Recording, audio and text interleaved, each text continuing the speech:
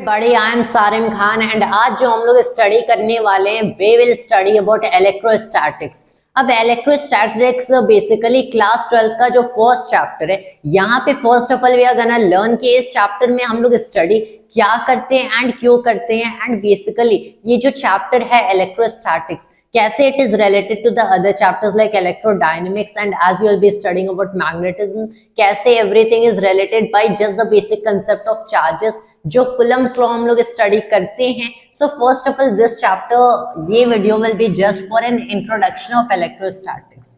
यहाँ पे let's quickly write our topic, ये electrostatics। पहली बात आपने पढ़ा होगा, if not then again I am telling कि ये जो नेम है, ये जो टर्म है स्टैटिक, इसका मतलब क्या होता है? At rest. स्टैटिक का मतलब रेस्ट होता है। दैट इज द थिंग कि यहाँ पे electrostatics is somehow relating some kind of thing जो कि इलेक्ट्रिसिटी से रिलेटेड है एंड एट रेस्ट। अब ये टर्म है क्या? This term is actually charge. जो पूरी की पूरी इलेक्ट्रोस्टैटिक्स है, it is actually the study कि कैसे एक प्रॉपर्टी होती है मैटर की, एक प्रॉपर्टी ऑफ ऑब्जेक्ट्स जैसे चार्ज या फिर इलेक्ट्रिक चार्जेस कहा जाता है, कैसे ये इंटरैक्ट करते हैं, कैसे एक दूसरे से इंटरैक्ट करते हैं, एक दूसरे पे फोर्स एक्सर्ट करते हैं, मीनवाइल स्टेइंग एट रेस्ट। अब इसका मतलब क्या है? सो आई विल टेल यू, जैसे मास किसी भी मैटर की एक फंडामेंटल प्रॉपर्टी होती है, दैट इज कि आप कोई भी ऑब्जेक्ट ले लो, कोई भी बॉडी ले लो, तो हर बॉडी के पास एक मास होता है, जैसे आप स्मॉल m से डिनोट करते हो, कैपिटल M से भी कर सकते हो। तो ये एक ऐसी प्रॉपर्टी है जो कि हर ऑब्जेक्ट के पास होती ही होती है। अब अगर फोटॉन्स जैसे आपका केस लेते हो तो उस केस में this kind of statement is an exception कि फोटॉन्स के पास मास नहीं होता, फोटॉन्स आर मासलेस, लेकिन उनके पास भी मोमेंटम होता है। You have to remember that photons don't have mass but momentum, and वो लोग उनका जो रेस्ट मास होता है फोटॉन्स का, वो भी एक्चुअल में रेस्ट मास 0 होता है। And you have to also remember कि photons exactly around the particles of light, लेकिन जो लाइट के पार्टिकल्स होते हैं फॉर दोस्त जिन्होंने एक्चुअल में इसकी स्टडी ऑलरेडी कर रखी है, हुआ स्टडीड अबाउट इट, जैसे मान लो 10th स्टैंडर्ड में, तो फोटॉन्स पार्टिकल्स ऑफ लाइट नहीं होते। फोटॉन्स तो वो एनर्जीज होते हैं या फिर एनर्जीज के पैकेट्स या फिर बंडल्स होते हैं जो कि ये पार्टिकल्स ऑफ लाइट कैरी करते हैं। तो यहाँ पे let's get back to our topic. ये जो हर एक बॉडी के पास इन दिस यूनिवर्स मास होता है, एक ऐसी प्रॉपर्टी हमेशा पॉजिटिव होगी। मास एग्जिस्ट क्यों करता है? मास एग्जैक्टली होता क्या है? It is somehow a kind of quantitative measure of the inertia of that object. Inertia to motion, इसी की क्वांटिटेटिव मेजर अगर आप कंसिडर करते हो, that is the mass of that object. Simple statement है कि क्या इनर्शिया वो बॉडी ऑफर करती है किसी भी फोर्स या फिर किसी भी मोशन या फिर एन अटेम्प्ट कि उस ऑब्जेक्ट पे ए मोशन क्रिएट किया जाए, तो उसके लिए क्या इनर्शिया ये बॉडी ऑफर करेगी, that is mass of the object. जितना ज्यादा मास उतना ज्यादा आपको फोर्स लगाना पड़ेगा टू एक्सेलरेट दैट थिंग। अब मास के जैसे एक सिमिलर प्रॉपर्टी होती है जिसे चार्ज कहते हैं, एंड आई टेल यू कि ये भी हर एक ऑब्जेक्ट के पास होता है। हर ऑब्जेक्ट के पास ये दो प्रॉपर्टीज मास एंड चार्ज होंगी। इसे स्मॉल क्यू से रिप्रेजेंट कर सकते हो, कैपिटल क्यू से भी रिप्रेजेंट कर सकते हो। लेकिन रिमेंबर मास एंड चार्ज में एक बहुत ही मेजर एंड बहुत ही इंपॉर्टेंट डिफरेंस है कि मास हमेशा पॉजिटिव होगा, चार्ज आप पॉजिटिव भी ले सकते हो, नेगेटिव भी ले सकते हो। अब चार्ज अगर पॉजिटिव एंड नेगेटिव है तो क्या ये 0 भी हो सकता है? एक्चुअल में चार्ज 0 भी हो सकता है, फिर भी चार्ज पार्टिकल्स किसी भी मैटर के पीस के अंदर होंगे, यू हैव टू सी, लेकिन टोटल चार्ज 0 भी हो सकते हैं। And it is a very interesting concept, बहुत ही इंटरेस्टिंग एंड एक्साइटिंग कंसेप्ट है अबाउट चार्ज। जैसे मान लो आपके पास एक पीस ऑफ मैटर है, एक कोई ऑब्जेक्ट, उसके पास कुछ मास m1 है, फिर दूसरा ऑब्जेक्ट मास m2 है। जैसे मैंने यही मार्कर ले लिया, इसका कोई बड़ा सा मास कैपिटल M, इसका छोटा सा मास स्मॉल m। अगर मैंने इसे ज्वाइन कर दिया, so you will see I am forming a system, एक क्लोज सिस्टम यहाँ पे हो गया जो कि बोथ दिस मार्कर एंड इसके कैप को कंप्राइज करता है, एंड इस पूरे सिस्टम का total mass capital M plus small m। तो यहाँ पे अगर नोटिस करोगे, जब मैंने इसको एक सिस्टम में फॉर्म किया bye joining both of them, तो बेसिकली मेरा टोटल मास ऐड हो गया, एंड टोटल मास क्या मिला? Capital M plus small m। Since दोनों हमेशा पॉजिटिव होते हैं, तो कभी भी मासेस से अगर ऐड करके कोई सिस्टम फॉर्म करते हो, हमेशा पूरे सिस्टम का mass is greater than that of the individual parts. लेकिन चार्ज में बहुत इंटरेस्टिंग कंसेप्ट है कि जो पूरे सिस्टम का चार्ज हो सकता है, टोटल चार्ज या फिर नेट चार्ज कह सकते हो, ये बड़ा भी हो सकता है then that of the individual parts, उनसे छोटा भी हो सकता है एंड ये जीरो भी हो सकता है. And how does that actually happen? So we are actually gonna learn about that in this video only. तो अब अगर मैं देख लूं मास किसी भी ऑब्जेक्ट के पास है, फिर चार्ज भी है, what actually happens is कि चार्ज या फिर चार्ज पार्टिकल्स दो फॉर्म्स में एग्जिस्ट करते हैं, पॉजिटिव एंड नेगेटिव. जैसे मास किसी भी ऑब्जेक्ट, कोई भी ऑब्जेक्ट है उसके पास मास है, ये क्यों होते हैं? ग्रेविटेशनली इंटरैक्ट करने के लिए. आपके पास कोई भी ऑब्जेक्ट है, अगर उसे ग्रेविटेशनली किसी दूसरे ऑब्जेक्ट के साथ इंटरैक्ट करना है. अब इस टर्म का मतलब क्या है? सीधे सीधे इस टर्म का मतलब है कि किसी दूसरे ऑब्जेक्ट पे ग्रेविटेशनल फोर्स एक्सर्ट करना या फिर किसी दूसरे ऑब्जेक्ट की ग्रेविटेशनल फोर्स को फील करना, उसे एक्सपीरियंस करना. सो बी इन्फ्लुएंस्ड, या तो आप इन्फ्लुएंस हो और इन्फ्लुएंस another mass body और another body with mass, कुछ भी कह सकते हो, another mass, कि ये बेसिकली कैसे या तो इन्फ्लुएंस करेगा किसी दूसरे ऑब्जेक्ट को या फिर किसी दूसरे ऑब्जेक्ट से इन्फ्लुएंस होगा, एंड दैट आल्सो कैरीज मास. तो दैट इज क्यों मासेस एक्चुअल में एग्जिस्ट करते हैं, कैसे इंटरैक्शन है, ग्रेविटेशनल इंटरैक्शन है, ग्रेविटेशनल फोर्स एक्सर्ट होती है. तो जैसे मासेस ग्रेविटेशनल इंटरैक्ट करते हैं, जो दूसरी प्रॉपर्टी होती है, तो अगर किसी भी ऑब्जेक्ट के पास चार्जेस हैं तो ये चार्जेस इलेक्ट्रिकली इंटरैक्ट करते हैं. You have to see over here. And ये जो काइंड की इंटरैक्शन होती है, वहां पे ग्रेविटेशनल फोर्स, यहाँ पे इलेक्ट्रिकल फोर्स, दोनों बहुत ही ज्यादा सिमिलर है. जैसे ग्रेविटेशनल फोर्स में आपने पढ़ा होगा यूनिवर्सल लॉ ऑफ ग्रेविटेशन में इनवर्स स्क्वायर लॉ, ये जो फोर्स होता है between two masses inversely depend करते हैं on the square of distance between both the masses. यहाँ भी आप वैसी चीज देख सकते हो कि जो इलेक्ट्रिकल इंटरैक्शन, इलेक्ट्रिकल फोर्स, जैसे कुलम फोर्स कह सकते हो एट रेस्ट, जब चार्जेस रेस्ट पे, तो ये भी इनवर्सली डिपेंड करते हैं on the square of distance between both the charged bodies.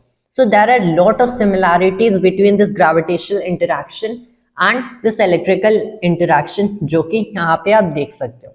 अब basically we can see कि अगर there are so many similarities between charge and masses, तो इनमें difference क्या है? एक difference मैंने बता दिया, mass हमेशा positive होगा, charge positive भी हो सकता है, negative भी, zero भी. अब charge positive, negative, zero हो सकता है, so you have to look here, ये जीरो तब होगा जब बहुत सारे चार्जेस एक्चुअल में कलेक्ट होंगे एंड जितना अमाउंट का पॉजिटिव चार्ज होता है उतनी ही अमाउंट का नेगेटिव चार्ज होता है. एक मैंने एग्जांपल ले लिया, आपके पास एक चार्ज्ड ऑब्जेक्ट है, यू हैव टू सी हर ऑब्जेक्ट इन दिस यूनिवर्स के पास चार्ज होता है. एक चार्ज आपने पॉजिटिव क्यू ले लिया, फिर एक चार्ज नेगेटिव क्यू ले लिया, इन दोनों चार्जेस को आपने एक बॉक्स में रख दिया.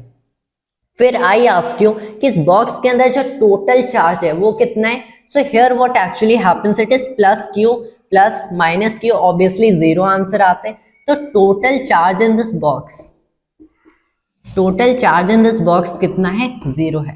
And that is actually what happens. मैंने बताया कि हर ऑब्जेक्ट के पास in this universe चार्जेस है, जैसे उनके पास masses हैं, लेकिन since masses हमेशा पॉजिटिव होते हैं and they will always add up, जब ये सारे atoms and molecules एक दूसरे के साथ masses add करते हैं and we have such huge masses, उन्हीं की वजह से ग्रेविटेशनल इंटरैक्शन होती है. तो ऑब्वियसली चार्ज के वजह से जो इलेक्ट्रिकल इंटरैक्शन होनी चाहिए that should also happen between everything in this universe. ये क्यों नहीं होता? क्योंकि एवरीथिंग, अगर आप देखो, ये मोस्ट ऑफ द थिंग्स जो हमारे यूनिवर्स में, हमारे नेचर में होते हैं, ये इलेक्ट्रिकली न्यूट्रल होते हैं. मतलब इनके पास जीरो टोटल चार्ज या फिर जीरो नेट चार्ज होता है, क्योंकि वहां पे अगर आप फंडामेंटल प्रॉपर्टीज देखोगे, चार्जेस एक्चुअल में अराइज कहां से करते हैं? चार्जेस अराइज करते फंडामेंटली एलिमेंट्री लेवल पे दो काइंड के पार्टिकल्स से. एक तो आपने ले लिया इलेक्ट्रॉन्स एंड दूसरा ले लिया प्रोटॉन्स. अब इलेक्ट्रॉन्स जो होते हैं ये हमारे बनाते हैं नेगेटिव चार्ज, प्रोटॉन्स बनाते हैं पॉजिटिव चार्ज. कहीं भी देखोगे नेगेटिव चार्ज है, ये कहां से आया? कि उस बॉडी में जो इलेक्ट्रॉन्स हैं उन्होंने कलेक्टिवली इतने अमाउंट का नेगेटिव चार्ज बनाया. फिर पॉजिटिव चार्ज वो कहां से आते हैं? जितने भी उस मैटर में, उस बॉडी में लेट्स से प्रोटॉन्स है, वही कलेक्टिवली पॉजिटिव चार्ज बनाते हैं. When you have a great number of electrons या फिर प्रोटॉन्स, तभी दिस ग्रेट मैनी चार्जेस बनते हैं, this great number of charges बनते हैं, नेगेटिव या फिर पॉजिटिव। लेकिन again the thing over here is कि मोस्ट एटम्स में हमें पता है कि एटम का क्लासिकल मॉडल कैसा होता है कि सेंटर में न्यूक्लियस है, उसके चारों तरफ you have the electrons orbiting the nucleus. तो यहाँ पे किसी भी एटम में मोस्ट ऑफ द केसेस में क्या होता है कि नंबर ऑफ प्रोटॉन्स जो होता है this actually equals number of electrons. अब since number of protons equal होता है नंबर ऑफ इलेक्ट्रॉन्स के, ये एक फैक्ट हमें पता चल गया। उसके साथ there is another fact that you have to learn कि जितना चार्ज होता है एक प्रोटॉन पे उतना ही नेगेटिव चार्ज होता है एक इलेक्ट्रॉन पे। प्रोटॉन का चार्ज हम पॉजिटिव E लेते हैं, that is a positive elementary charge, and I'm gonna tell you इसका एक्चुअल में मतलब क्या होता है। जो इलेक्ट्रॉन होते हैं इसी का चार्ज नेगेटिव E लेते हैं। सिंस कोई भी मैटर है आपके पास, कोई भी एटम है, मोस्ट ऑफ द केसेस में क्या होगा, number of protons equals number of electrons. तो यहाँ पे जो टोटल चार्ज पॉजिटिव बन जाएगा उतना ही नेगेटिव चार्ज बनता है, जिसकी वजह से यही वाला केस बन जाता है कि जो टोटल चार्ज उस एटम में है, टोटल चार्ज लेट्स से उस मॉलिक्यूल्स में या फिर यहाँ पे ये जो भी आपके पास ऑब्जेक्ट बन रहे हैं इलेक्ट्रॉन्स या फिर प्रोटॉन से, ये जीरो हो जाता है। So that is the reason कि अगर आप देख सकते हो कि मोस्ट ऑब्जेक्ट्स इलेक्ट्रिकली इंटरैक्ट नहीं करते हैं। Now what exactly is this E? E को एलिमेंट्री चार्ज कहा जाता है। यहाँ से कंसेप्ट आता है क्वांटिजेशन ऑफ चार्ज का कि this is the smallest charge, this is the smallest charge जो कि यूनिवर्स में इस नेचर में एग्जिस्ट कर सकता है, the charge on an electron या फिर प्रोटॉन। एंड इस चार्ज की वैल्यू क्या होती है 1.6 times 10 to the power -19 coulomb. Coulomb is the SI unit of charge जिसमें मेजर करते हैं। एंड आपको उसके साथ क्या याद रखना है कि ये तो स्मॉलेस्ट चार्ज हो गया। आपके पास कोई भी चार्ज कभी भी फॉर्म करेगा, सिंस मैंने बताया कि चार्जेस कैसे फॉर्म करते हैं, प्रोटॉन्स एंड इलेक्ट्रॉन्स से, तो आपके पास ऐसा तो नहीं होगा कि 1.5 प्रोटॉन्स या फिर 1.5 इलेक्ट्रॉन्स हो गए। अगर आपके पास n नंबर ऑफ प्रोटॉन्स हैं तो यहाँ से टोटल चार्ज क्या बनेगा, n टाइम्स E बनेगा। इसीलिए यहाँ से एक और हमें लॉ मिलता है कि चार्ज हमेशा क्वांटाइज्ड फॉर्म में एग्जिस्ट करता है, कि किसी भी ऑब्जेक्ट में जो टोटल चार्ज होगा, किसी भी चार्ज बॉडी में टोटल चार्ज होगा, ये हमेशा एन इंटीजर टाइम्स में ये एलिमेंट्री चार्ज होता है। ये कभी भी 1.5 टाइम्स दिस चार्ज नहीं हो सकता। So you have to always remember, कोई भी आपके पास चार्ज है ये plus minus n times E के फॉर्म में होगा, where n is an integer, कोई रैशनल नंबर नहीं, ओनली एन इंटीजर। अगर आप चाहते हो एक ऐसा चार्ज बेसिकली प्रोड्यूस करना which is 1.5 E, which is 2/4 E और समथिंग लाइक दैट 2/3 E, तो ऐसे चार्जेस एग्जिस्ट नहीं करते हैं। क्यों एग्जिस्ट नहीं करते? क्योंकि चार्जेस बनते कहाँ से, at the most elementary level. इससे छोटे चार्जेस नहीं एग्जिस्ट कर सकते। इलेक्ट्रॉन्स प्रोटॉन से, यहाँ पे प्रोटॉन्स ले लिया positive charge, you can not have 2/4 of a proton या फिर 1.5 ऑफ अ प्रोटॉन या फिर 2/3 ऑफ अ प्रोटॉन। इसी रीजन से you have to see charges are quantised and this is the smallest possible charge जो कि आपको मिल सकता है। This was my today's video.